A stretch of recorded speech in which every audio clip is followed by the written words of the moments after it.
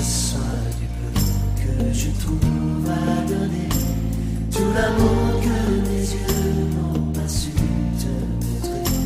Je veux n'être qu'à toi. Jésus, je t'aime. Rien n'est plus beau que ton nom. Rien n'est plus saint que le sang du pardon.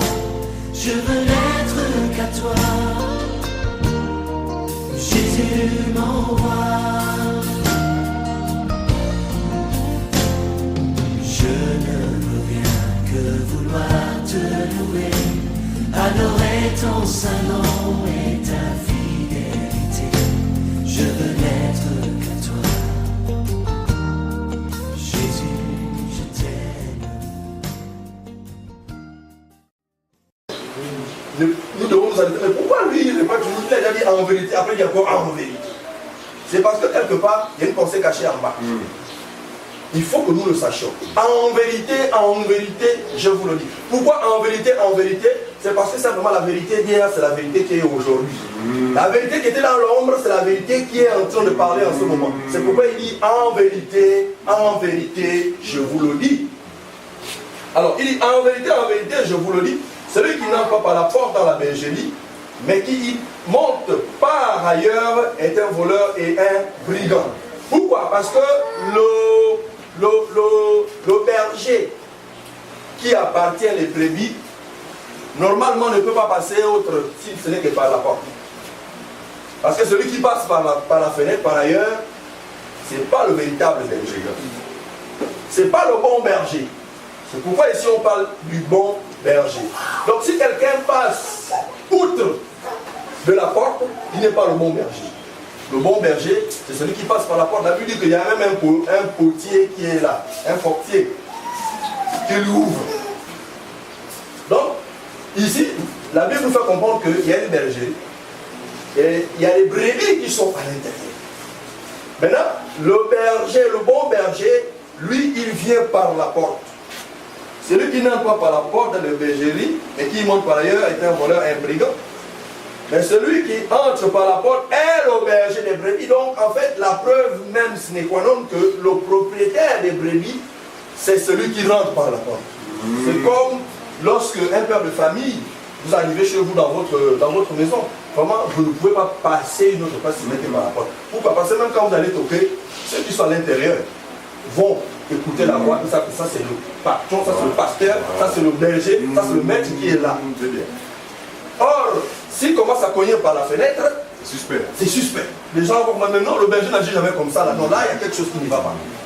Donc, la preuve ici, que c'est le propriétaire des brebis, c'est lorsqu'il passe simplement par la porte. Et le Seigneur pouvait dire, je suis la porte. Donc, la porte, là, c'est Jésus. Donc, il dit, celui qui n'entre pas par la porte, dans la bergerie, et qui monte par là est un voleur, mais celui qui entre par la porte est le berger. Le portier lui ouvre, et les brebis entendent sa voix. Bien aimé, lorsqu'on parle de bon berger, je disais que c'est parce que quelque part aussi, il y a des mauvais bergers aussi. Quand vous entendez bon berger, c'est parce qu'il y a mauvais berger. Vous n'entendrez jamais qu'il y a un faux billet de 12 000 parce qu'il n'y a pas aussi de vrai billet de 12 000. Si vous entendez qu'il y a un faux billet de 10 000 parce qu'il y a aussi un vrai billet de 10 000. Voilà. C'est à cause du vrai billet de 10 000 qu'il y a eu le faux billet de 10 000. Mais vous n'allez jamais entendre qu'il y a un faux billet de 12 000 parce qu'il n'y a même pas d'abord de vrai. Comprenez?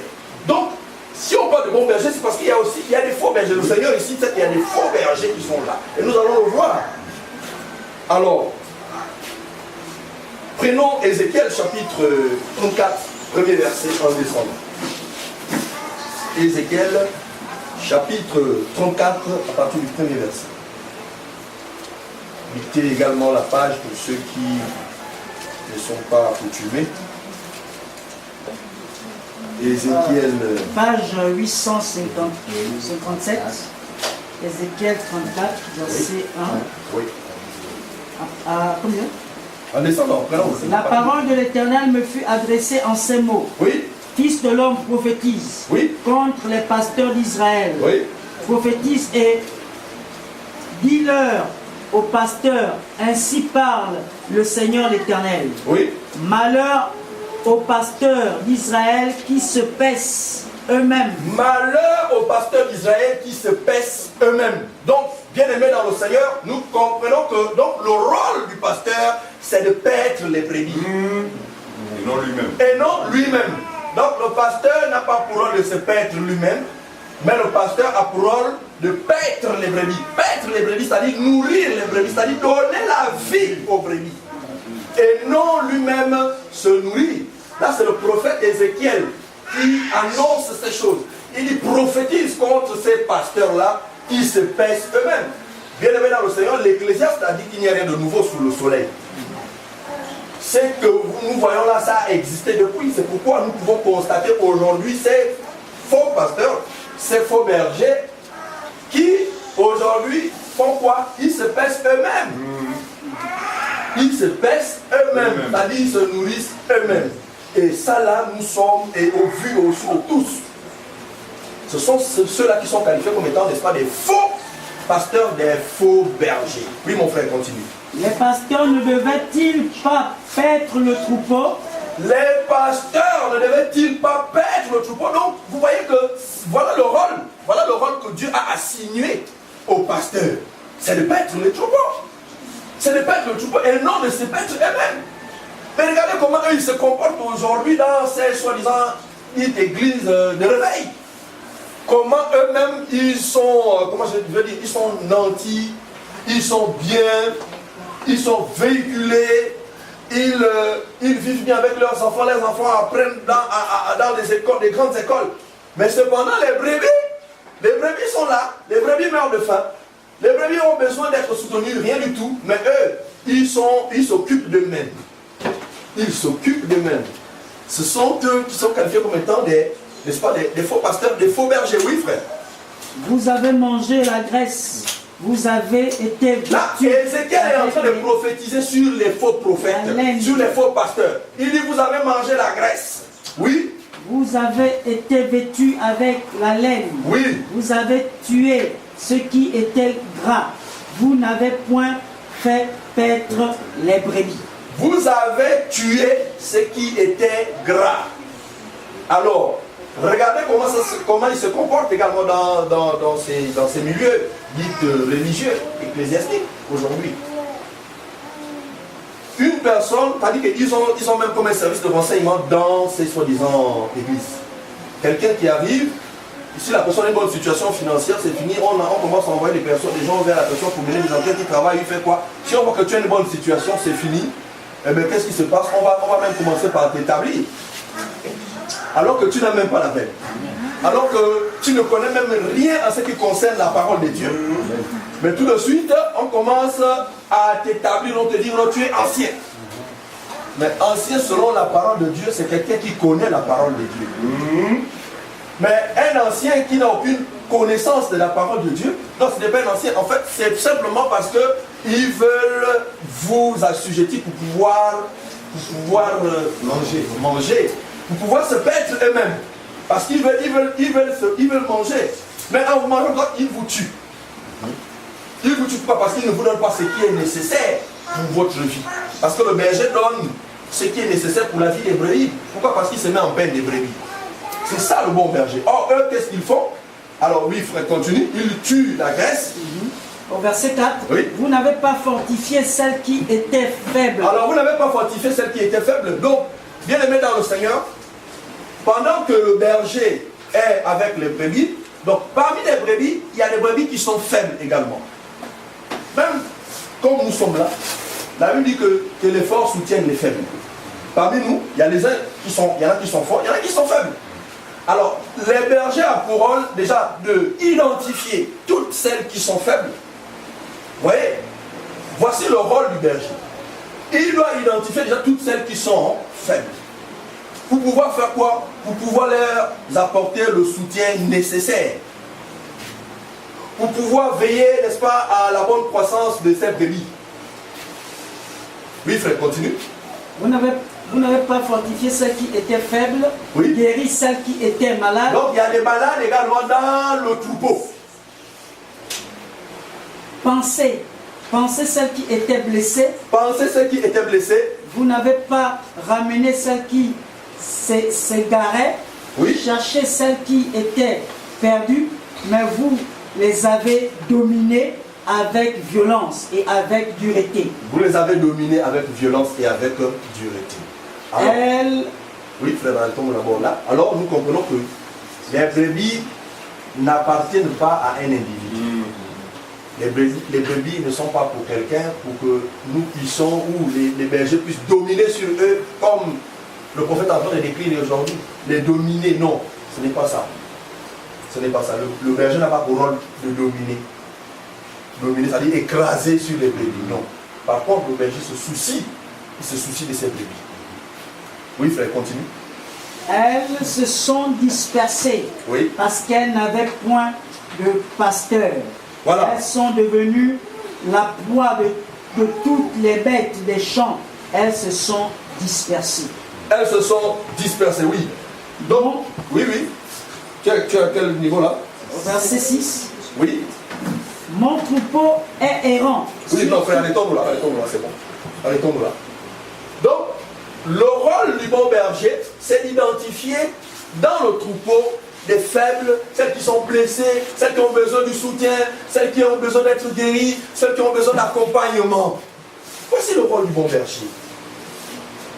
Pourquoi? Parce qu'en réalité, les brebis appartiennent au Seigneur. Ce ne sont pas, je disais que les brebis, ce ne sont pas les brebis d'un homme.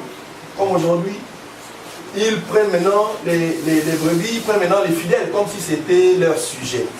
C'est comme ça comment ces soi-disant pasteurs, prophètes, prennent n'est-ce pas, les fidèles, comme si vraiment ils dominaient sur eux. Alors que on ne doit pas dominer sur les fidèles. Donc, prenons nos Bibles également dans Actes chapitre 1, verset 28 à 29. Actes chapitre 1, verset. Acte 20 à partir du verset 28 à 29. Oui. Page 1121. Oui. Ceux qui ont l'édition du second. Prenez donc garde à vous-même Prenez donc garde à vous-même et à tout le troupeau sur lequel le Saint-Esprit vous a établi et évêque. à tout le troupeau sur lequel le Saint-Esprit vous a établi évêque. Ici, l'apôtre Paul, il demande aux anciens de prendre garde à eux-mêmes et aux troupeaux. Donc, les bergers doivent d'abord prendre garde à eux-mêmes et aux troupeaux, sur lequel le Saint-Esprit vous a établi évêque. Donc ici, vous voyez que ce n'est pas un homme qui établit pasteur ou bien qui établit berger, qui établit évêque. Non. Mais aujourd'hui, regardez comment ça se passe. Ce sont eux qui établissent les gens. Parfois par affinité, parfois par intérêt, parfois parce qu'ils veulent ceci, ils veulent cela, donc ils établissent les gens comment? Non, la Bible dit ici que c'est le Saint-Esprit qui nous a établis évêques. Donc c'est Dieu qui nous établit. Ce n'est pas un homme qui nous établit. Alors par conséquent, si c'est Dieu qui nous établit, ça veut dire que les brebis appartiennent à Dieu. Oui, frère. Sur lequel le Saint-Esprit vous a établi évêque pour paître l'église du Seigneur qui s'est acquise par son propre sang. Pour paître, vous voyez, l'église du Seigneur qui s'est acquise par prix de son propre sang. Donc vous voyez que les brebis, ce sont les brebis du Seigneur. Mais c'est le Saint-Esprit, la Bible dit que c'est le Saint-Esprit qui nous a établis évêques. Le Saint-Esprit nous établit évêques, pourquoi? Parce que les brebis lui appartiennent. Et on doit, n'est-ce pas, les paître conformément à la volonté de Dieu et non conformément à nos propres intérêts. Donc le bon berger, c'est celui, premièrement, qui prend soin des brebis. Alors il va prendre soin des brebis, sauf si lui, ce dernier, a été établi, effectivement, par le Saint-Esprit. Mais s'il n'a pas été établi par le Saint-Esprit, s'il a été établi par un homme, naturellement, il ne va pas prendre soin des brebis. Il ne prendra pas soin des brebis. Donc, prenez garde à vous-même et aux troupeaux. Donc, prenez garde à vous et aux brebis sur lesquels le Saint-Esprit vous a établi évêque. Pourquoi prendre soin de nous? Les bergers également doivent prendre soin d'eux-mêmes par rapport à ce qu'ils annoncent, par rapport à ce qu'ils donnent. comme nourriture au peuple. Parce que si cette nourriture, n'est-ce pas, n'est pas conforme, déjà eux-mêmes, ils vont en pâtir, mais plus encore, tous ceux également qui vont recevoir cela. C'est pourquoi, prenons je crois, 1 Timothée 4. Hein. 1 Timothée 4, l'apôtre Paul, lorsqu'il conseille son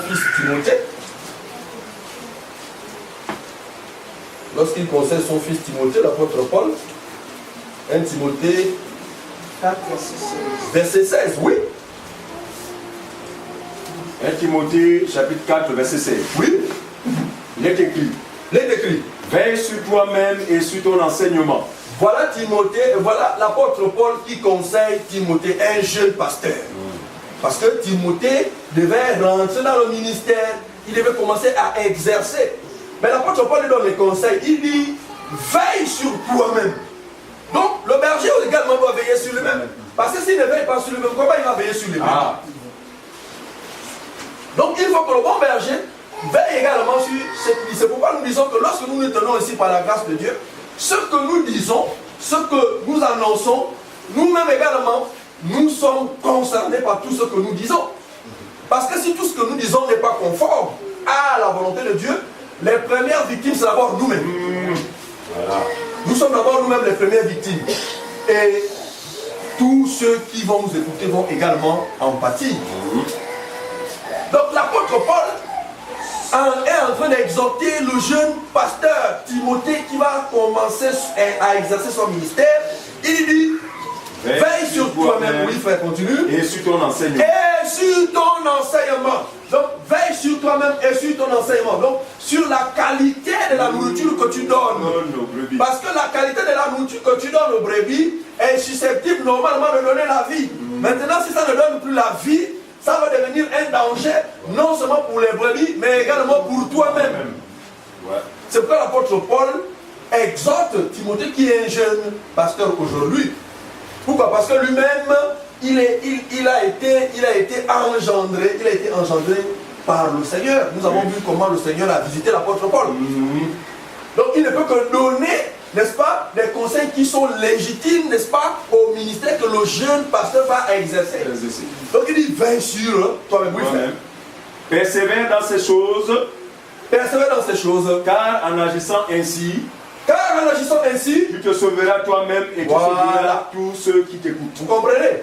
Donc, en réalité, même donc, nous comprenons ici que le berger également a besoin, n'est-ce pas aussi.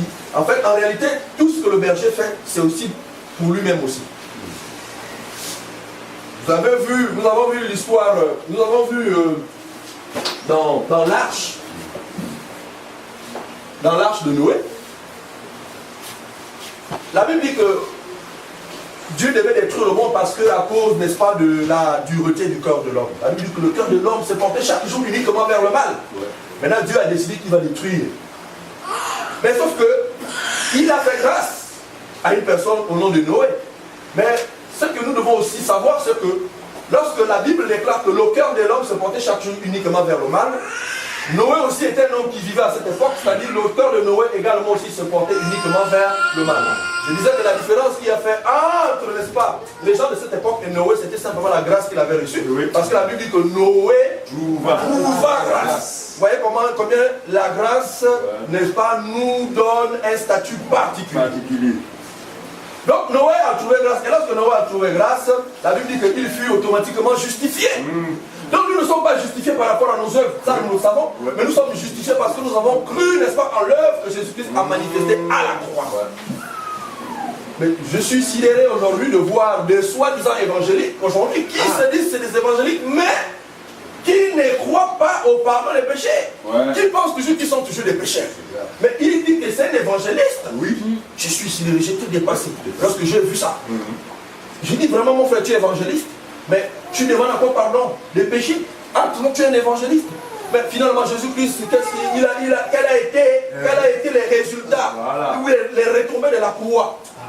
Mais le pardon des péchés, c'est en Christ que nous l'obtenons. Amen. Quiconque croit reçoit automatiquement le pardon des péchés. Mais si nous avons reçu le pardon des péchés en Christ, en quoi sommes-nous encore taxés des péchés? Point d'interrogation. Point d'interrogation. Donc nous voulons dire que celui qui a reçu la grâce de Dieu ne peut plus être taxé comme étant un péché. Noé vivait, n'est-ce pas, une vie qui n'est pas exempt de tout reproche. La preuve, c'était un cultivateur de vignes. Ça veut dire que quelque part il en prenait. Ça veut dire qu'il commettait aussi des impairs. Mais sauf qu'il avait une particularité, la grâce qu'il a reçue l'a justifié. Mais regardez ce qu'il a fait. Le message de Noé, c'était de construire l'arche.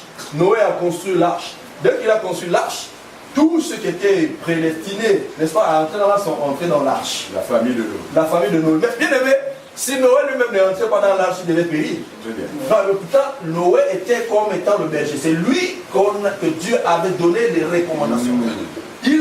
La Bible dit, Noé exécuta toute la parole de Dieu. Donc toute la volonté, il a accompli toute la volonté de Dieu. Pourquoi? Par rapport à la grâce qu'il a reçue.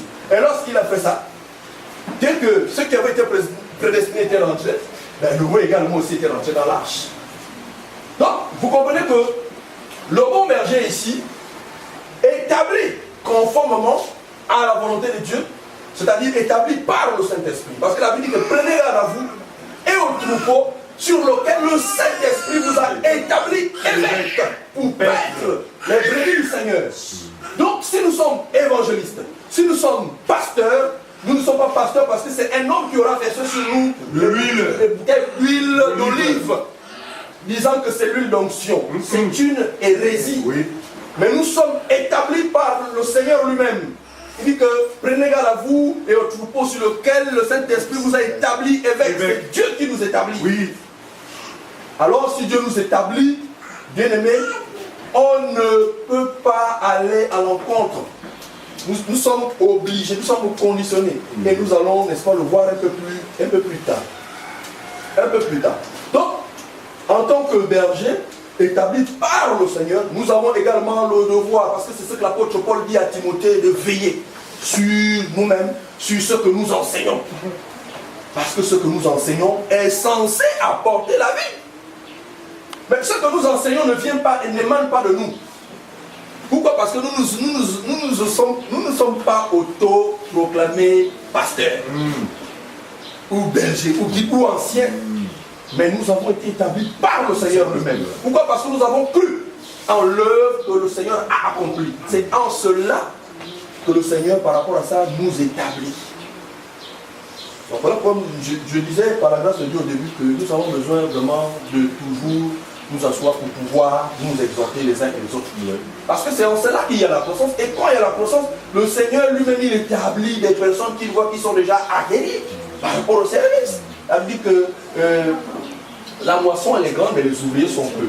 C'est le Seigneur lui-même qui suscite les ouvriers selon sa propre volonté. Mais c'est par rapport à la persévérance, n'est-ce pas, dans la parole de Dieu. On a besoin d'être enseigné, on a besoin d'être nourri. Si on fait un jour, on est là, 3 jours, on n'est pas là. L'apôtre Paul, je vous assure, c'est une autorité, l'apôtre Paul. Parce que tout ce qu'il a fait, il dit, j'ai posé le fondement comme un sage architecte. Soyez mes imitateurs comme je le suis moi-même de Christ. Car j'ai posé le fondement. Le fondement que l'apôtre Paul a posé, mais c'est Christ. C'est Jésus. Et il dit, la nature elle-même ne vous enseigne-t-elle pas? Nous avons des enfants. Mais ces enfants bien aimés, faites une semaine, ne nourrissez pas vos enfants, vous allez voir ce qu'ils vont devenir. Non. Faites une semaine, ne donnez pas la nourriture à vos enfants, observez-les. S'ils seront en bonne santé. Même 2 jours. Voyez, est-ce qu'ils seront en bonne santé ou pas? Vous allez voir tout de suite que non, ça ne va pas, il faut donner la nourriture. Donc, nous aussi, bien aimés dans le Seigneur, on a besoin vraiment de manger considérablement. Pour grandir, pour réaliser, pour avoir la connaissance, n'est-ce pas, des choses de Dieu. Afin que nous ne soyons plus des chrétiens flottants à tout voir les doctrines. Donc on a besoin de pouvoir manger. Et je disais que le berger, effectivement, c'est pendant que nous sommes pour ça que le Seigneur nous nourrit, nous tous. Donc y compris moi aussi, qui suis là, parce que j'ai été établi par le Seigneur. Donc en ce moment, nous sommes tous en train d'être nourris par une seule personne, par le Seigneur. Oui. Donc chacun de nous ici est, n'est-ce pas, un membre dans ce corps, dans le corps de Christ. Et bien sûr, C'est pourquoi nous insistons là-dessus. Et l'apôtre Paul également, lorsqu'il donne les conseils à son fils, Timothée, il dit veille sur toi-même. Pourquoi il doit veiller sur lui-même? Parce que Timothée doit être un ancien, il doit conduire un peuple. Pour conduire un peuple, il faut veiller, il faut que nous veillions, nous anciens. Et là, cette parole de l'Écriture ne s'adresse pas exclusivement à Timothée, mais aux anciens. Nous allons le voir dans 1 Pierre. Prenons 1 Pierre chapitre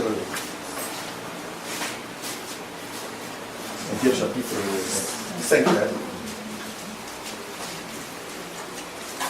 1 Pierre chapitre 5, oui. Prenons à partir du verset 2. Bon, à partir du premier verset. Oui, c'est mieux. 1 Pierre chapitre 5, Ouais, à partir du verset 1. Ouais. Voici l'exhortation que j'adresse aux anciens qui sont parmi vous. Vous voyez, voici les exhortations que j'adresse aux anciens qui sont parmi vous. Moi, ancien comme eux, L'apôtre Paul dit que lui aussi c'est un ancien comme ces anciens qui sont parmi nous. Donc nous, lui aussi il est ancien, oui. témoin des souffrances de Christ Témoin des souffrances de Christ et participant de la gloire qui doit être manifestée, oui. paissez le troupeau de Dieu qui est sous votre garde. Donc, une fois de plus, bien aimé dans le Seigneur, le troupeau, c'est le troupeau du Seigneur. Mais ce troupeau est simplement sous notre garde. Il dit, paissez le troupeau de Dieu qui est sous votre garde. Oui, oui. Non pas contraint, Non pas contraint, mais volontairement, mais volontairement. selon Dieu. Selon Dieu. Non pour un gain sordide. Ah, non pour un gain sordide. Vous voyez, aujourd'hui, il y a des bergers qui, n'est-ce pas, C'est pour le gain. pour le gain. C'est ça. Ils ont ça devient pour eux comme des entreprises Business. familiales, des business. Nous, on a vu ça, où le père, la mère, le frère, la soeur, c'est la soeur qui est trésorière, qui garde l'argent. Le papa est là. Quand le papa n'est pas là, c'est la maman qui prend le relais. Donc, voilà, ça devient comme c'était une entreprise familiale. Voilà, par rapport au gain. Alors ici, l'apôtre Pierre, il adresse les exhortations aux anciens, il dit Non pour un gain sordide, non pour un gain sordide, mais avec dévouement. mais avec dévouement. Oui. Non comme dominant sur ceux qui vous sont déchus, Oui, Jésus. échus autant pour moi, en partage, Oui. mais en mettant des modèles du troupeau. Ah! Donc, les anciens ont pour rôle aussi d'être des modèles. Pourquoi des modèles? Parce que les brebis aussi observent, n'est-ce pas, celui qui est censé les conduire. Parce que si celui qui est censé les conduire ne reflète pas Ce qu'il enseigne. ce qu'il enseigne ou n'inspire pas la confiance, n'est-ce pas, aux brebis, tout de suite, il y a une grosse interrogation. Et du coup, ça ne rend pas service aux brebis parce que là, les brebis seront vulnérables. Pourquoi? Parce que, en tant qu'ancien, déjà même, c'est une image qui fait en sorte que les brebis, souvent, ils ont cette confiance aveugle vis-à-vis, n'est-ce pas, des anciens. Donc, ils accordent vraiment du crédit. Ce qui fait que, lorsque ces brebis observent des manquements ou observent des impairs, je vous assure, ça peut causer un choc grave dans la vie des brebis. Parce que pour les brebis, les anciens, normalement, rien de mauvais ou rien de tordu ne doit sortir d'eux. C'est pourquoi, en tant qu'ancien, par la grâce de Dieu, ici, l'apôtre Pierre également nous interpelle que normalement, il faut être des modèles. On ne doit pas dominer sur les brebis, parce que les brebis ne sont pas nos brebis, ce sont les brebis du Seigneur. Mais nous, le Seigneur nous a confié simplement afin de veiller, afin de garder ces brebis. Pas pour les dominer, pas pour les écraser, mais pour simplement donner la vie. Donner la vie comment? Par rapport à ce que nous enseignons, par rapport à ce que nous communiquons. C'est en cela que nous devons donner, n'est-ce pas, la vie. Donc, un ancien a pour rôle également, non seulement de nourrir, mais d'abord d'être aussi un modèle. Un exemple chez toi, un exemple dans ton entourage, un exemple, n'est-ce pas, au milieu vis-à-vis des brebis. Pourquoi? Parce que certainement, beaucoup aujourd'hui, lorsqu'on dit qu'on est sauvé par la grâce, ça peut être un moyen pour certains de mal percevoir voilà, le message. Non. Non, non, non. Si on est sauvé par la grâce, si on a reçu la grâce, si vraiment, véritablement, je dis bien véritablement, si nous avons reçu la grâce, nous sommes sauvés par la grâce du Seigneur, cette grâce doit forcément impacter l'extérieur. Ça veut dire que le témoignage va suivre. Le témoignage, ce que nous sommes devenus à l'intérieur va se manifester extérieurement. Voilà pourquoi nous voulons arrêter nos amis qui disent aujourd'hui que non, on fait le laxisme, n'est-ce pas, en disant aux gens qu'on est sauvés par la grâce. Mais on ne peut pas ne pas dire mais ce qui est écrit, ce qui est réel, ce qui est vrai. Ouais. C'est par la grâce que nous sommes sauvés par le moyen de la foi. Ouais. Cela ne vient pas de nous, mais c'est le don de Dieu. Mais nous disons que lorsque nous avons reçu, n'est-ce pas, cette grâce, ce sont les œuvres par rapport à la grâce que nous avons reçue. Donc c'est la grâce en nous qui fait en sorte que nous puissions, n'est-ce pas, oser. Donc c'est en cela que l'apôtre Pierre demande d'être des modèles. C'est en cela. Donc il ne s'agit pas ici de faire étalage des œuvres, pour dire que vous voyez, moi je m'abstiens, je suis excellent dans ceci, genre pour brandir les œuvres. Non. Non. Dans Galates, je crois, chapitre 2, excusez-moi, verset 20, la Bible dit que si je vis, ce n'est plus moi qui vis, mais c'est Christ qui vit en moi. Donc, les œuvres, ce ne sont pas mes œuvres, ce sont les œuvres du Seigneur. Ce sont les œuvres de Christ en moi. Voilà pourquoi dans les actes des apôtres, les traducteurs, j'aime souvent amener ça, les traducteurs normalement ne devraient pas dire les actes des apôtres, mais ils devraient dire les actes de l'esprit dans la vie des apôtres. Ce sont les actes de l'Esprit Saint. Parce que c'est l'Esprit Saint qui accomplissait tout ce que les apôtres ont accompli. Donc nous aussi, par la grâce de Dieu, nous avons été établis évêques, pasteurs, par la grâce de Dieu. Mais nous devons également être des modèles. Ah oui, des modèles. Pourquoi? Parce que vous aussi vous êtes là. Je disais que parmi les brebis, il y a des faibles. Il y a ceux qui balbuchent. C'est-à-dire que tous ne sont pas au même diapason. Tous ne sont pas au même niveau. Il y a d'autres qui sont un peu comme ça, qui comprennent lentement. Mais d'autres qui vont quand même un peu plus vite. Et souvent, celles qui sont faibles, lorsqu'elles remarquent, parce qu'elles regardent. C'est pourquoi je dis vraiment, c'est Dieu qui est bon. Et l'homme n'est rien sans Dieu. Ça, c'est nous sommes le peuple de Dieu. Et lorsque je me tiens devant le peuple de Dieu, c'est avec tremblement. Parce que je me dis que ça, c'est le peuple de Dieu qui est là. Et le peuple de Dieu, c'est un peuple qui est censé être avisé. Donc, n'importe quoi, le peuple de Dieu ne peut pas gober, acquiescer n'importe quoi, ce qui ne relève pas. Ce qui ne relève pas de la volonté de Dieu. Pourquoi? Parce que c'est le peuple de Dieu. C'est pourquoi les bergers doivent prendre garde à eux. Par rapport à ce qu'ils annoncent. À être des modèles. Vous n'êtes pas choqués, vous n'êtes pas contribué encore à faire tomber ou à faire affaiblir certaines personnes, certaines brebis. Oui, frère, on a fini. On était dans 1 Pierre.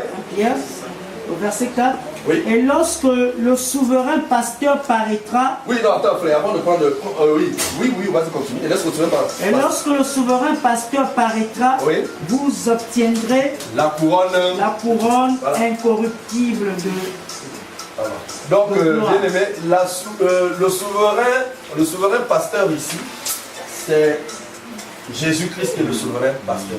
Donc, Jésus-Christ a établi des pasteurs, il a établi des évêques, des surveillants, afin de paître son peuple. Mais lorsqu'il a dit que lorsqu'il viendra, ceux qui auront accompli la tâche conformément aux recommandations données par notre Seigneur, n'est-ce pas, auront les chaînes de récompense. Ils auront la récompense. Prenons 2 Corinthiens chapitre 1 verset 24.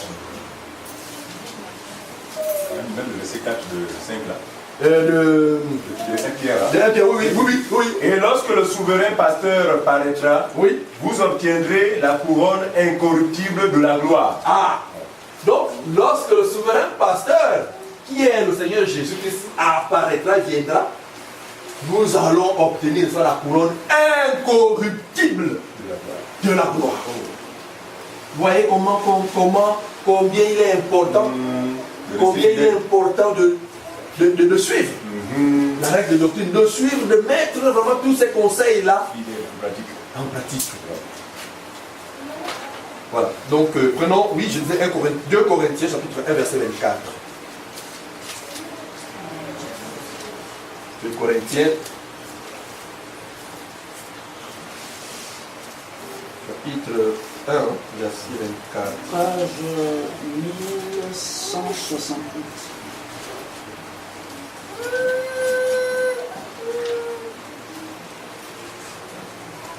2 Corinthiens, oui, chapitre 1, verset 23 à 24, oui. 2 Corinthiens 1, Oui. 23, 24. Oui. Or, Or, je prends Dieu à témoin sur mon âme. je prends Dieu à témoin sur mon âme. Je sais pour vous épargner que je ne suis plus allé à Corinthe. Oui. Non pas que nous dominions sur vous, sur votre foi, Non pas que nous dominions sur votre foi, mais nous contribuons à votre joie, Oui. car vous êtes fermes dans la foi. Donc voilà, frères et sœurs, dans le Seigneur. Ici, l'apôtre Paul ne cesse, n'est-ce pas, de nous exhorter en disant que le fait d'être berger ne sous-entend pas que nous dominons, au contraire, nous contribuons même. Nous contribuons. Mais vous voyez qu'à des moments, on est vraiment, je dirais même peut-être que notre attitude quand même, quelque part, ne devrait pas être ce que nous sommes en train de faire. Pourquoi? Parce qu'il y a quand même... on n'a pas envie de choquer beaucoup de personnes. Pourquoi? On essaye un peu de faire avec sagesse. Mais ici, normalement, il faut vraiment le faire. Pourquoi? Parce que c'est pour le bien de nous tous. C'est pour le bien de nous tous. Exhortez-vous réciproquement les uns et les autres. C'est ça. Ça ne veut pas dire que le fait de veiller sur ma soeur, ça veut dire que maintenant moi je domine maintenant sur elle, ça veut dire que je lui commande. Non, je ne lui commande pas. Au contraire, c'est parce que je lui porte dans mon cœur et en réalité c'est pour son bien que je le fais. Et nous croyons qu'ici par la grâce de Dieu, personne de nous ne peut avoir de telles pensées. Ça nous le croyons fermement. Que personne de nous, pourquoi? Parce que nous avons eu la grâce de connaître quand même certaines choses. Prenons aussi Philippiens 3,17 pour dire que nous ne dominons pas sur vous. Lorsque vous allez voir que à un moment donné, on va par exemple dire, parce que nous allons faire le condensé, n'est-ce pas, des réunions que nous sommes en train d'entretenir, je crois, à la fin de cette réunion.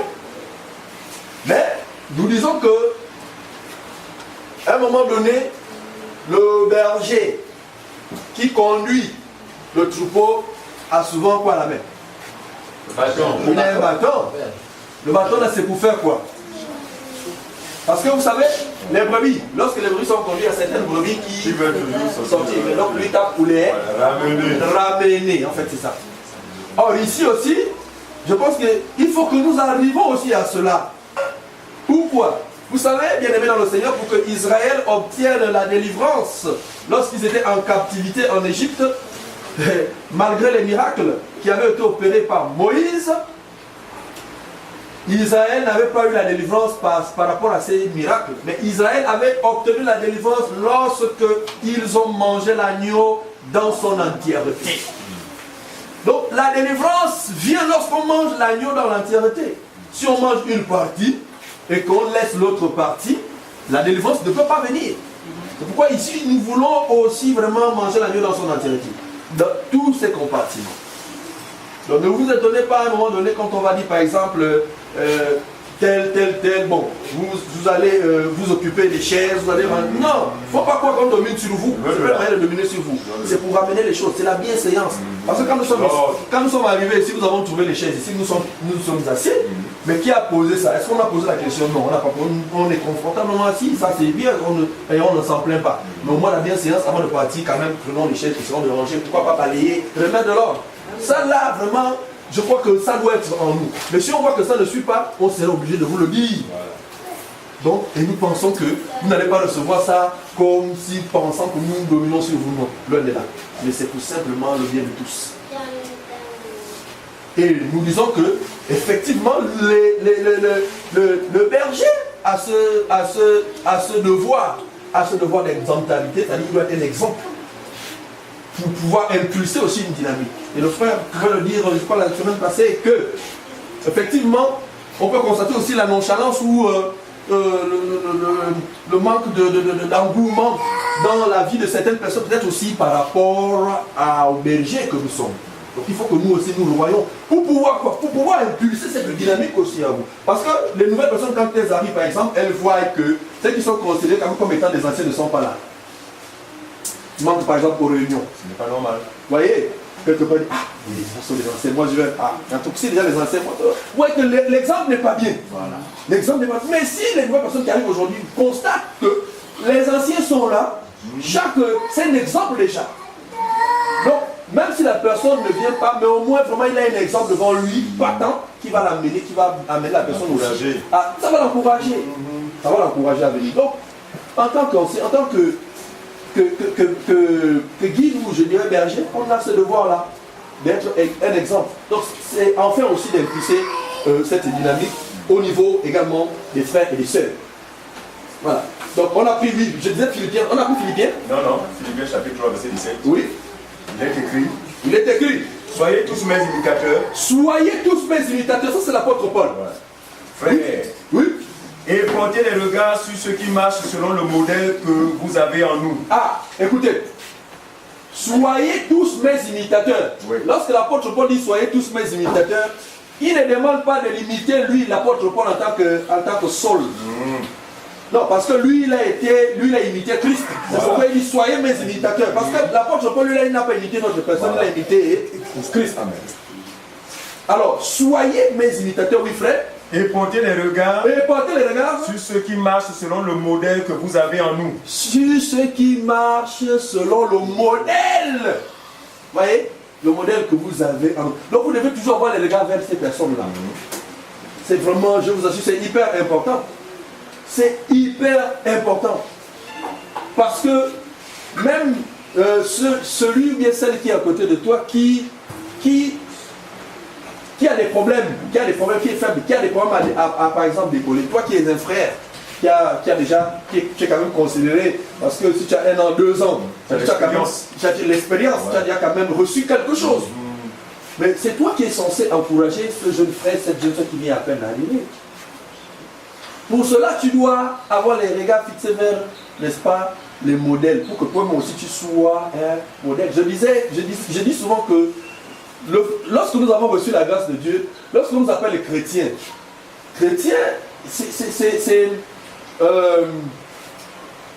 en fait c'est une image vraiment qui est tellement sensible. Tellement sensible. Dans quel sens? Dans le sens que lorsqu'on parle de chrétien, il est censé être un exemple.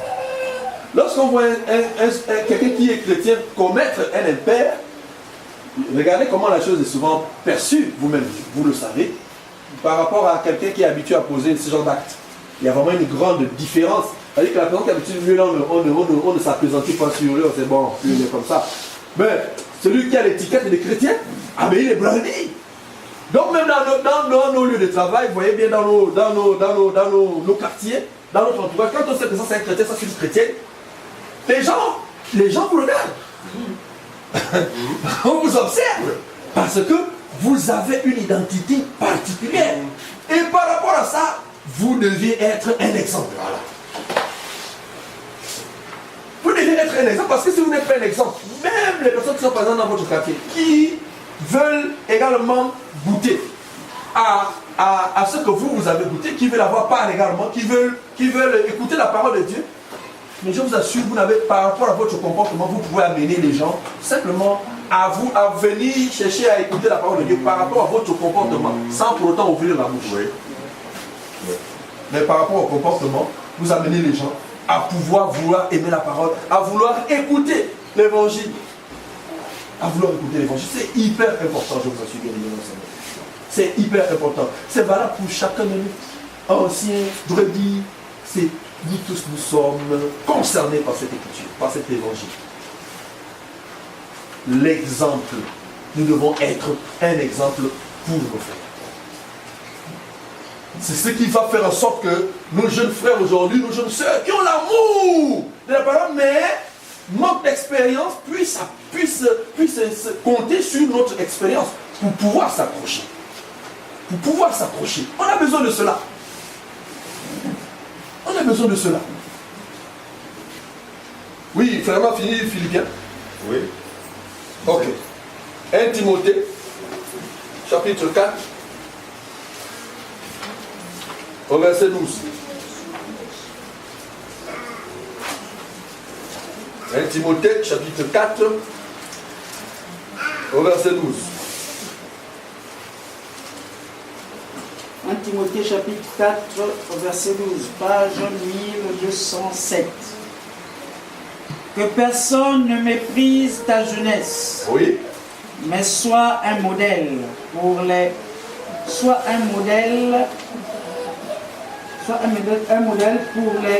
fidèles en parole, en conduite, en charité, en foi, en pureté. Que personne ne méprise ta jeunesse, mais sois un modèle en parole, oui, frère, en conduite, en charité, en charité. Donc, bien aimé, en foi et en pureté. et en pureté. Ça ne fait que revenir. Ça ne fait que revenir. Nous comprenons aisément combien de fois il est très important d'être des modèles. Mais aujourd'hui, qu'assistons-nous? Que voyons-nous sur aujourd'hui ces soi-disant hommes de Dieu, pasteurs, où ils ne prennent pas soin, n'est-ce pas, des brebis? Ils ne sont pas des exemples vis-à-vis, n'est-ce pas, des brebis. Et c'est pourquoi vous allez entendre souvent dans ces soi-disant milieux que mais vraiment, enfin, le péché, comment ils appellent ça? Bah, oui. Ça, ils ont ici là, c'est vraiment, c'est-à-dire que, comment on appelle, il y a un désordre, ils sont le désordre qui dit pas son nom dans ces milieux-là. Parce que déjà, celui qui est censé être le guide, ou bien celui qui donne le cap, n'est pas un exemple. Donc ça, vous voyez comment ça devient maintenant dans ces milieux-là. C'est la cacophonie généralisée, la confusion. La confusion. Donc, il est important, je vous assure, important. Et voici ce qui fait en sorte que la colère de Dieu descend. C'est à cause de ça. La colère de Dieu descend lorsque nous choquons, ou encore nous sommes une occasion de chute pour ça. Parce que la Bible dit que prenez garde à vous et au troupeau sur lequel le Saint-Esprit vous a établi et fait pour paître les brebis du Seigneur, qui s'est acquise par prix de son propre sang. Donc le Seigneur a payé un prix pour ces brebis. La brebis que toi tu veux choquer par rapport à ton comportement, tu n'es pas un exemple. Le Seigneur a payé un prix pour cette brebis et il a payé le prix fort. Voici ce qui fait descendre la colère de Dieu. Donc, nous avons ce devoir-là. Bien évidemment, le Seigneur, nous avons le devoir d'être des modèles. D'être des modèles. Si on a un homme dans la foi, c'est déjà quelque chose. En un an, on a reçu. Parce qu'avec les disciples, le Seigneur a fait combien? 3 ans et demi. Ça veut dire qu'en un an, je vous assure, on a déjà beaucoup à magasiner. Mais si on remarque justement la nonchalance, c'est peut-être parce que justement, c'est en dents de cycle. C'est-à-dire aujourd'hui, on vient, demain, on vient. Mais comment voulons-nous avoir des résultats escomptés? Pour qu'il y ait des résultats. Parce que c'est important d'abord pour nous. L'apôtre Paul l'exemple, c'est d'abord pour nous-mêmes d'abord. Pour nous-mêmes, ensuite pour l'autre. Mais nous-mêmes d'abord. Parce que c'est comme si, lorsqu'on le fait, c'est seulement pour les autres. Non! Et c'est justement ça l'erreur que commettent ces soi-disant pasteurs et bergers. Parce que pour eux, ils pensent que non, tout ça, en fait, c'est les brebis seulement. Eux, ils sont des personnes mises à part. Voilà pourquoi ils font souvent la doctrine de Nicolaïde qui sépare le clergé et les laïcs. Et ils sont de l'autre côté, vous êtes de l'autre côté assis sur des chaises en plastique, eux ils sont sur des chaises moelleuses. On a l'impression qu'ils sont sur des trônes. Maman pasteur, papa pasteur, maman avec des coussins bien moelleux, là, bien tranquilles, ils marquent une différence, que c'est des personnes mises à part. Ils ne sont pas concernés, c'est vous qui avez besoin de ça, et ils n'ont pas besoin de ça. Vous voyez, c'est vraiment monumental. Or, ici, l'apôtre Paul exhorte, il dit que non, prends garde à toi-même aussi par rapport à ça, parce que tu as besoin de ça. Tu as besoin de ça. Gloire à Dieu. Amen. Nous allons encore prendre nos Bibles dans...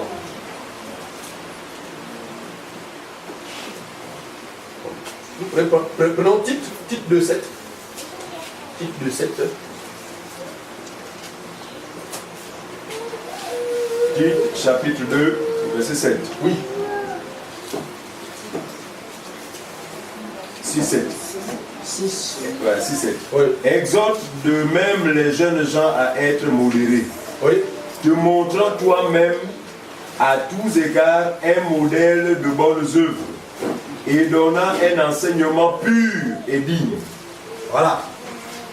Donc, ce sont des passages comme ça qui viennent nous conforter, qui sont comme des exhortations pour nous montrer que ce que nous sommes aujourd'hui, bien aimés, ne doit pas seulement rester au-dedans de nous, mais nous devons le refléter. Parce qu'il ne faudrait pas que ça soit une erreur pour nous. De penser que le fait qu'on a été sauvé, c'est fini. Je crois 3 Jean 2. 3 Jean 2. Je souhaite que tu prospères. Que tu prospères à tous égards, que tu sois en bonne santé, comme prospère l'état de ton âme. Donc, la prospérité intérieure, n'est-ce pas, va forcément s'impacter également à l'extérieur. Va s'impacter à l'extérieur. Donc ne pensons pas que comme on est sauvé par la grâce, c'est fini.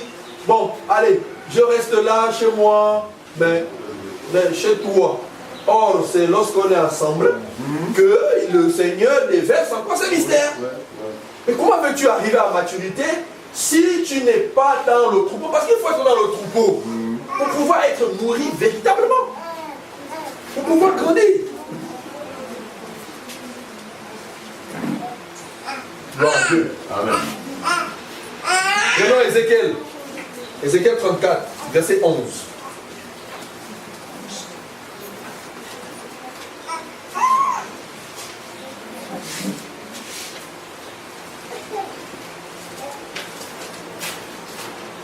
Ézéchiel 34, verset 11. Oui.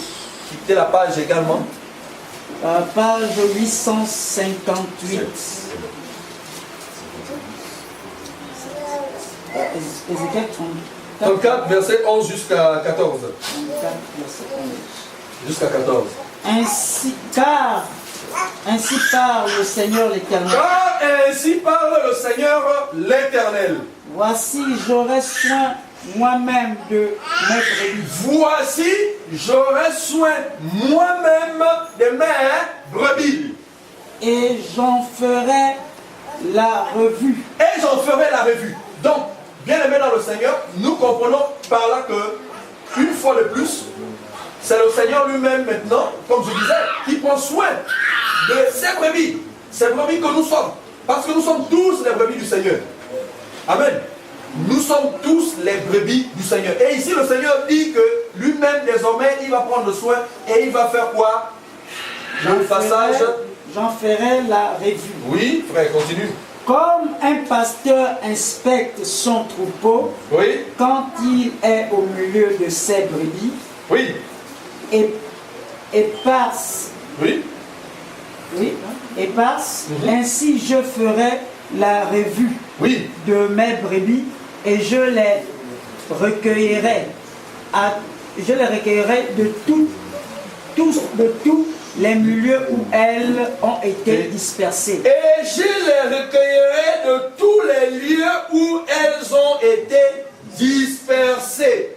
Au jour des nuages. Au jour des nuages, oui frère, arrêtons-nous d'abord là, Et je les recueillerai. Il dit, Et je les recueillerai de tous les lieux où elles ont été dispersées.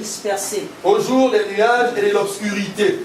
Donc ici, bien aimé dans le Seigneur, c'est Dieu lui-même qui dit maintenant que il va accueillir ses brebis. Il dit, mes brebis et je les recueillerai de tous les lieux. Ça dit que c'est le Seigneur qui, la Bible ne se contredit pas. Il dit que c'est Dieu qui appelle un homme d'une terre lointaine. Donc ce n'est pas quelqu'un qui dit qu'aujourd'hui, moi je vais être un chrétien. Ce n'est pas quelqu'un qui dit que moi, j'ai envie de servir Dieu. Ce n'est pas quelqu'un qui dit que moi, tellement qu'il y a déjà les crimes rituels, il y a déjà l'homosexualité. Non, il faut que je m'en vais dans l'église. Non. Mais c'est Dieu lui-même qui décide d'aller chercher sa brebis là où, n'est-ce pas, elle a été dispersée. Là où elle a été dispersée. Parce qu'aujourd'hui, nous voyons des personnes qui ont une très bonne motivation. Le zèle de dire que je vais servir Dieu c'est pas mauvais en soi lorsqu'on regarde. J'ai envie de servir Dieu, je vais être au service de Dieu. Mais il faut aussi il t'équipe. Mais il t'équipe pas pour que tu restes comme ça. Non? Il t'équipe certainement parce qu'il va t'établir pour, n'est-ce pas, commencer à exercer. Mais lorsque toi-même tu sors pour dire que non, tu as envie de servir Dieu sans pour autant recevoir l'appel de Dieu, il y a problème. C'est là où nous tombons justement dans la confusion. C'est là où nous tombons dans tout ce que vous voyez là, dans ces soi-disant églises. Parce que ce sont des personnes elles-mêmes qui se sont autoproclamées prophètes, pasteurs, docteurs, bergers, guides, conducteurs. Ils n'ont jamais cru en la parole. Ils n'ont jamais cru en Jésus. Ils n'ont jamais eu la foi en Christ. Ils n'ont jamais reçu l'appel. Ils n'ont jamais reçu l'appel. Et la justification est basée que par rapport à leurs propres œuvres. Donc il faut qu'eux-mêmes ils se dépensent pour pouvoir être sûrs que là ils sont justes devant Dieu. Comment voulez-vous que les personnes que Dieu lui-même, qui ont cru, le croyant, il a cru, mais en croyant, il croit pourquoi? Parce que quelque part il a été appelé à croire. Mais ce dernier, s'il a cru, et il est saint, il est juste, il est pur, pas par rapport à lui-même. Ça, nous le savons, pas par rapport à lui-même. Aucun homme ne peut être saint par rapport à soi-même, par rapport à ça, à ce que nous estimons juste, à ce que nous estimons bon. Donc nous arrêtons tous ces... Parce que ce sont des brigands en réalité. Et la Bible est claire. Ce sont des brigands, ils veulent passer par une autre porte. C'est-à-dire par la fenêtre. Ce sont des brigands. Ce sont des brigands pourquoi? Parce qu'ils ne prennent pas, ils n'ont pas soin des brebis. Ils n'ont pas la peine des brebis. Ils n'ont pas la peine des brebis. Donc pour eux, eh bien, ce sont leurs sujets. Ils font des brebis. C'est tout ce qu'ils veulent. Et après on dit que non, voilà. Et on voit un soi-disant homme deux dans ils ont 2, 3 copines à l'intérieur. Après on dit, ah, machin. Mais non, ils n'ont jamais cru. Et quand on n'a jamais cru, on va forcément s'appuyer sur nous-mêmes. Puisque nous, notre force ne vient pas de nous, notre force vient de la personne en qui nous avons cru. Et c'est cette personne qui fait en nous des personnes à part, des mises à part. 2 Corinthiens chapitre 5 au verset 17. Qu'est-ce que la Bible nous dit? 2 Corinthiens chapitre 5 au verset 17.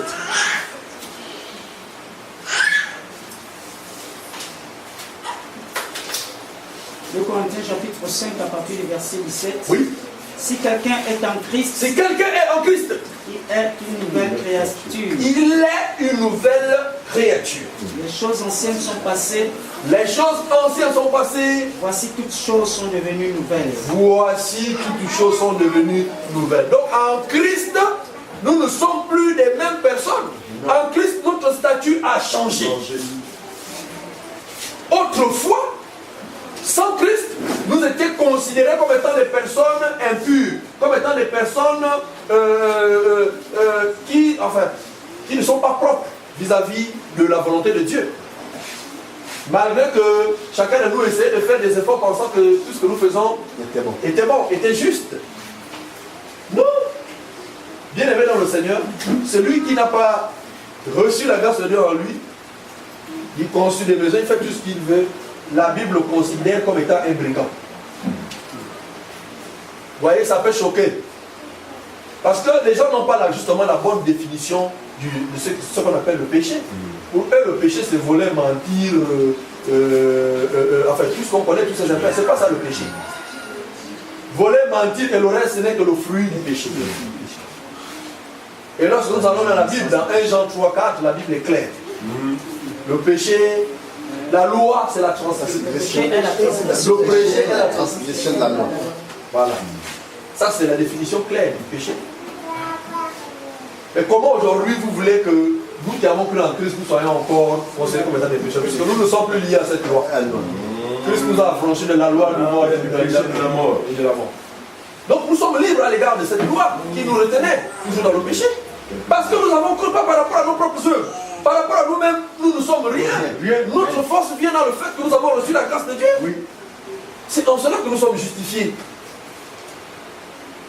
Et vous allez me poser la question, quoi donc cela suffit, ne doit-on plus faire des efforts quand même, puisque nous avons reçu de la grâce? Est-ce que nous ne devons pas aussi quand même faire quel effort que toi tu vas faire, ou bien quel prix, parce que souvent les envois là, payer, il faut payer le prix.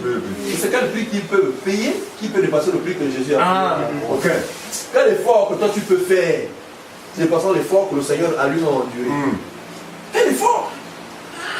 Nous disons que celui qui a reçu la grâce va forcément produire des œuvres. Mais ce ne sont plus ces œuvres, ce sont les œuvres en Christ. Mais comme la nature aussi, on ne peut pas se défaire du processus normal de la croissance, n'est-ce pas, d'une personne. Non. De la même manière, la croissance au niveau charnel est évolutive, de la même manière aussi dans l'esprit, c'est la même manière aussi, elle est évolutive. Seulement, au fur et à mesure que la personne grandit, il est nourri par la parole, il grandit, et il va réaliser, bien aimé, par rapport à ce qu'il est devenu. Les choses ne se font pas de manière systématique, automatique. Non, nous ne voulons pas encourager les personnes à aller faire ceci ou aller faire cela parce qu'on dit qu'on a été sauvé par la grâce, comme quelques-uns le prétendent. Aujourd'hui, nous encourageons les gens à faire du désordre, à vivre dans le désordre, parce que nous les disons qu'ils sont sauvés par la grâce. Mais non, celui qui est sauvé par la grâce, ça veut dire que ce n'est plus lui qui vit, mais c'est Christ qui vit en lui. Si Christ vit en lui, cette personne forcément va poser des œuvres. Mais ce que nous disons, c'est qu'on ne peut pas d'abord commencer à brandir les œuvres, à poser les œuvres, pour dire que c'est par rapport à ces œuvres que nous sommes justifiés, que nous sommes sauvés. Ça, c'est mettre la charrue devant les bœufs. Nous recevons d'abord la grâce de Dieu et ensuite les œuvres vont s'en suivre par rapport à ce que nous avons reçu. Amen. Amen. Ok, prenons, nous sommes toujours dans... On a fini le passage en question? Oui. Prenons toujours, nous sommes dans le texte de base de Jean. Jean chapitre 10. Jean chapitre 10. Donc, verset 2, je vais lire pour gagner du temps. On va un peu aller un peu plus vite. En vérité, je vous le dis, celui qui n'entre pas par la porte dans la bergerie, mais qui monte par ailleurs est un voleur et un brigand. Mais celui qui entre par la porte est le berger des brebis. Le portier lui ouvre et les brebis entendent sa voix. Donc le berger, quand il entre par la porte, il appelle. La Bible dit que les brebis entendent sa voix. Alors si les brebis entendent sa voix, reconnaissent cette voix, c'est pas parce que les brebis ont entendu cette voix-là aujourd'hui, même le jour où ils entendent la voix, non. Ça veut dire que ces brebis reconnaissent cette voix parce que cette voix est en eux depuis. Ils ont écouté cette voix-là depuis. C'est comme lorsque vous vivez avec vos enfants dans la maison, ils ont coutume d'entendre votre voix. Ce qui fait que, si vous êtes à l'extérieur, vous parlez, les enfants vont systématiquement reconnaître votre voix. Ce n'est pas parce que vous parlez séance tenante, mais c'est parce que c'est une voix qui leur est familière. Ils ont l'habitude d'écouter cette voix. Donc ils ne peuvent pas se tromper sur ça. Ils reconnaissent que ça c'est la voix des papas. C'est pourquoi ici la Bible dit que le portier lui ouvre et les brebis entendent sa voix. Il appelle par leur nom les brebis qui lui appartiennent. Est-ce que quand il dit ici, il appelle leur nom les brebis qui lui appartiennent, il va dire oh frère Didier? Non. Ou sœur Sonia? Non. il appelle par leur nom ici, c'est par rapport à l'évangile. Lorsque tu écoutes l'évangile, lorsque tu reçois l'évangile, il y a comme un choc. Enfin, j'allais dire, quelque chose se passe au-dedans de toi, c'est inexplicable. C'est celui qui reçoit, celui qui a été appelé avant le commencement. Lorsqu'il reçoit l'évangile, il y a quelque chose qui se passe en lui. Ce qui fait que la voix qu'il écoute, avec ce qu'il ressent, il y a comme une symphonie qui fait en sorte que cette personne ne va pas rester tranquille par rapport à ce qu'il a, par rapport à ce qu'il est en train d'écouter. C'est en ce moment-là que c'est le nom de la personne que le Seigneur est en train d'appeler en ce moment. Lorsque tu écoutes l'évangile, tu es touché, c'est ton nom que le Seigneur est en train d'appeler. Mais il est en train d'appeler ton nom. Pourquoi? Parce que cette voix-là, je disais que tu l'as écoutée depuis. C'est pas aujourd'hui. C'est comme lorsque, à l'école, on a le registre des élèves présents. Quand on appelle Sonia, présent. Mais Sonia dit présent pourquoi? C'est pas parce qu'elle est là aujourd'hui. Mais en réalité, c'est parce qu'elle est dans le registre. Elle est dans le registre d'appel. Elle est dans le registre. Donc, les brebis du Seigneur, lorsqu'ils écoutent la voix, lorsqu'ils écoutent l'évangile, ils vont forcément répondre présent. Vouloir ou pas. Vouloir ou pas. Forcément, les élus de Dieu, quand ils reçoivent la voix, il va répondre. Pourquoi? Parce qu'en fait, c'est une voix, je disais, c'est pas maintenant, mais c'est depuis l'éternité. Nous avons été appelés à croire, c'est pas aujourd'hui, c'est depuis le commencement même, avant la fondation du monde. Donc, et il conduit ses propres brebis qui lui appartiennent et il les conduit dehors. Voilà, au verset 4. Et là, lorsqu'il a fait sortir toutes ses propres brebis, il marche devant elles. Et les brebis le suivent parce qu'elles reconnaissent sa voix. Les brebis suivent, n'est-ce pas, le maître, le berger, le bon berger. Pourquoi? Parce que les brebis reconnaissent la voix. Mais bien aimé dans le Seigneur, une brebis, lorsque la brebis a reconnu la voix de son maître, c'est pourquoi aujourd'hui je suis un peu estomaqué lorsque je le dis, de voir des personnes qui aujourd'hui, quand ils écoutent la parole de Dieu, la manière qu'ils les acquiescent, la manière qu'ils le reçoivent, tu dis, ah oui, là, c'est sûr que le frère l'a compris. Ah, il est touché, non, voilà un bon frère. Mais tu vas remarquer, une semaine après, 2 semaines après, oh, mais qu'est-ce qui s'est passé? Mais non, mais c'est simple. Parce que si c'est, lorsque la brebis du Seigneur reçoit l'évangile, quand la personne reçoit l'évangile, il ne peut plus écouter une autre voix. Il va faire tout, n'est-ce pas, pour toujours rester en contact. Et demeurer. C'est pourquoi il dit ici que lorsqu'il a fait sortir ses propres brebis, il marche devant elles et les brebis le suivent. Parce que les brebis, en fait, reconnaissent sa voix. C'est pourquoi les brebis suivent le maître. C'est pourquoi les brebis demeurent là, parce que les brebis reconnaissent la voix du maître. Ils ne peuvent pas faire demi-tour. Ils reconnaissent la voix du maître. Et je disais que cette voix-là, c'est pas aujourd'hui. Nous étions en Christ. Nous sommes les pensées de Dieu matérialisées sur la terre. Ça veut dire que lorsque Dieu était en train de faire le plan, son plan, nous étions en lui. Du moins, tous ceux qui ont été choisis, tous ceux qui ont été prédestinés, ça nous le savons. Il y a des gens qui ont été prédestinés, d'autres non. C'est vrai que beaucoup aujourd'hui n'aiment pas lorsque nous parlons de ces choses de la prédestination. Là encore, ils nous disent que c'est une manière d'inciter les gens, n'est-ce pas, à se lancer dans le désordre. Parce qu'ils vont dire, ah, mais comme je ne suis pas prédestiné, donc je peux aller me... c'est pas pour autant qu'on va cesser de dire ce qui est conforme à la parole. Mais si celui-là a ces gens de pensée, mais ça l'engage. Lui, c'est peut-être un ignorant. Mais si véritablement c'est un appelé, même s'il se lance dans ça, forcément, il va revenir quand il va revenir. Amen. Parce qu'on ne résiste pas à l'appel de Dieu. On ne résiste pas. Lorsque Dieu t'appelle, tu ne peux pas ne pas répondre. Même dans le naturel, quand ton téléphone sonne, il faut répondre. Il faut répondre. En plus fort l'appel de Dieu. Donc nous ne pouvons pas ne pas dire la vérité par rapport un peu à tout ce que ces gens-là disent. Donc nous disons ce qui est conforme. Obligation. Il y a des gens qui ont été prédestinés. Et tous ceux qui ont été prédestinés à cet évangile, lorsqu'ils vont écouter cela, bien aimé, ils vont y demeurer. Ils ne pourront plus faire marche en arrière. Amen. Ils vont demeurer. Ils vont demeurer là-dedans. Vouloir ou pas. Alors, il dit, Lorsqu'il a fait sortir ses propres brebis, il va devant elle, et les brebis le suivent parce qu'elles connaissent sa voix. Elles ne suivront point un étranger. Les brebis du Seigneur ne peuvent pas suivre un étranger. Ton enfant, si ce n'est pas ta voix, il ne peut pas aller. Si le coup d'avoir une ligne, il ne peut pas. Il sait que ce n'est pas papa qui parle. C'est comme quelqu'un qui a dit qu'il a acquiescé. Il a acquiescé la parole. Et après, il dit qu'il va mener encore après une autre parole pour dire que non, moi je suis. Non, vous savez, avec le Seigneur, il n'y a pas de. On ne fait pas de. C'est pas une affaire personnelle en fait. Non. C'est pas une affaire personnelle. Le Seigneur a des gens et des enfants qu'il a choisis depuis l'éternité. Et ici sur cette terre, nous venons simplement accomplir, nous venons matérialiser cela sur la terre. Chacun pour sa part. Donc, nous, en un seul mot, nous sommes complémentaires. Nous sommes complémentaires. Nous sommes tous les brebis du Seigneur. Et c'est pourquoi nous nous exhortons et nous vous exhortons à demeurer. Jean 8, verset 31 à 32. Si vous demeurez dans ma parole, vous êtes véritablement mes disciples. Vous connaîtrez la vérité et la vérité vous affranchira. C'est pourquoi nous vous exhortons à demeurer. Parce qu'il y a un bien fondé en fait là-dedans. Il y a un bien fondé. Le bien fondé, c'est que vous allez être inébranlable.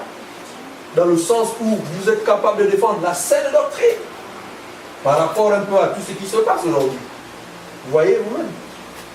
Mais si on n'a pas de base, si on n'est pas enseigné, vous voyez que tout de suite, on est vulnérable. Et non seulement nous, mais également ceux qui sont à côté de nous. Ceux qui sont aussi à côté de nous. Donc le bon berger, c'est celui qui prend soin, n'est-ce pas, des brebis. Qui prend soin de ses brebis. Verset 7, elles ne suivront pas un étranger, mais elles fuiront par contre loin de l'étranger. Donc, bien aimé dans le Seigneur, nous sommes bergers, nous sommes chrétiens aujourd'hui, nous sommes des enfants de Dieu, pas par rapport à nous. C'est parce que nous avons, n'est-ce pas, été établis par Dieu. Nous avons été établis par Dieu parce que Dieu lui-même nous a choisis depuis le commencement du monde. Alors, si Dieu nous a ainsi choisis, c'est parce que lui-même d'abord il a joué ce rôle de berger depuis l'ancienne alliance jusqu'à la nouvelle alliance, matérialisant la personne de Jésus-Christ, qui est le bon berger. Parce que c'est Jésus-Christ qui est le bon berger. Donc nous allons comprendre une écriture. 1 Pierre.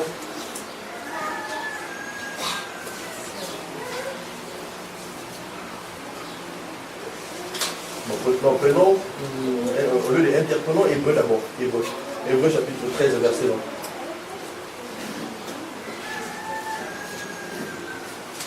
1. Hébreu chapitre 13, verset 1. Hébreu chapitre 13, verset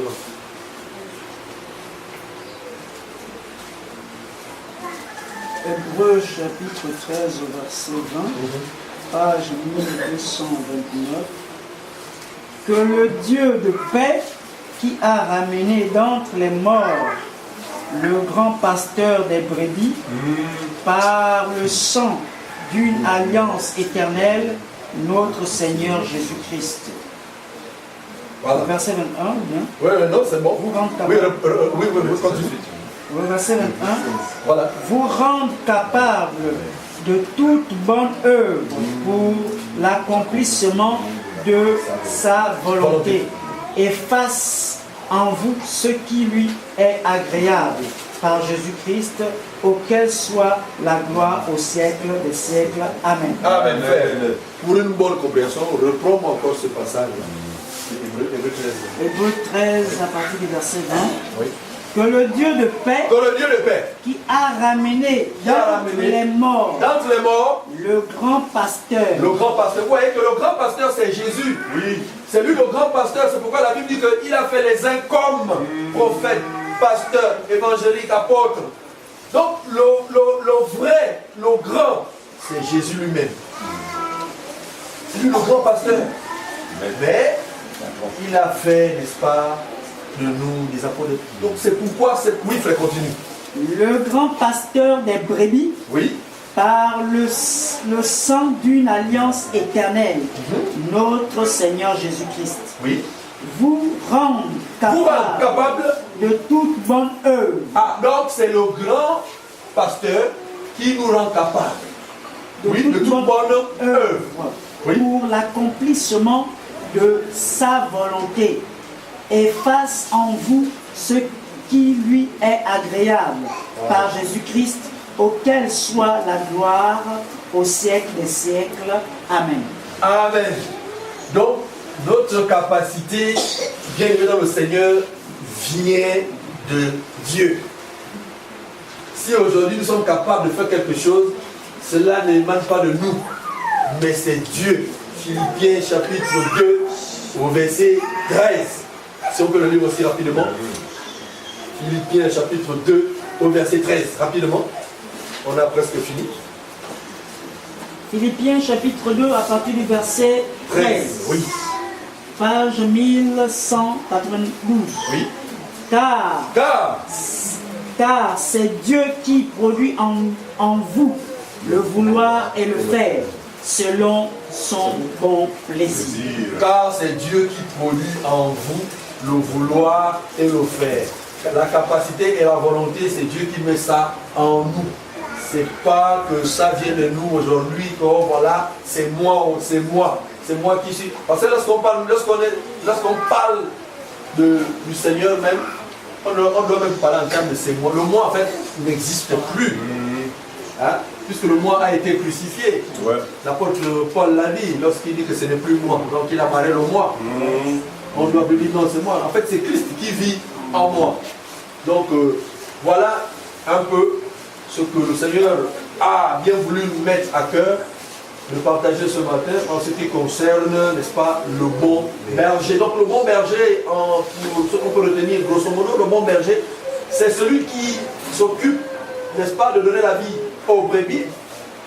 Il, n'est-ce pas, identifie celles qui sont faibles. Et il secoue celles qui ont besoin d'assistance. Parce qu'il y en a autour de nous. Il y en a autour de nous.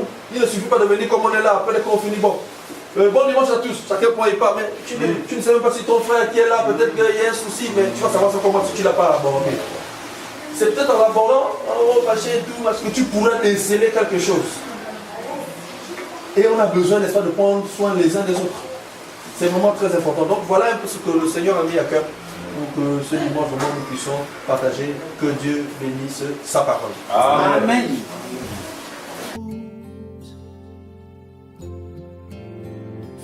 Fidèlement, je veux le suivre. Je veux marcher dans ses sentiers. Il est la main qui me délivre de la folie de mes projets. Ta bienveillance, ô Éternel, vaut mieux que tout ce que j'ai vu. Ma délivrance est sous ton aile, sur le rocher de ton salut. Ta bienveillance, ô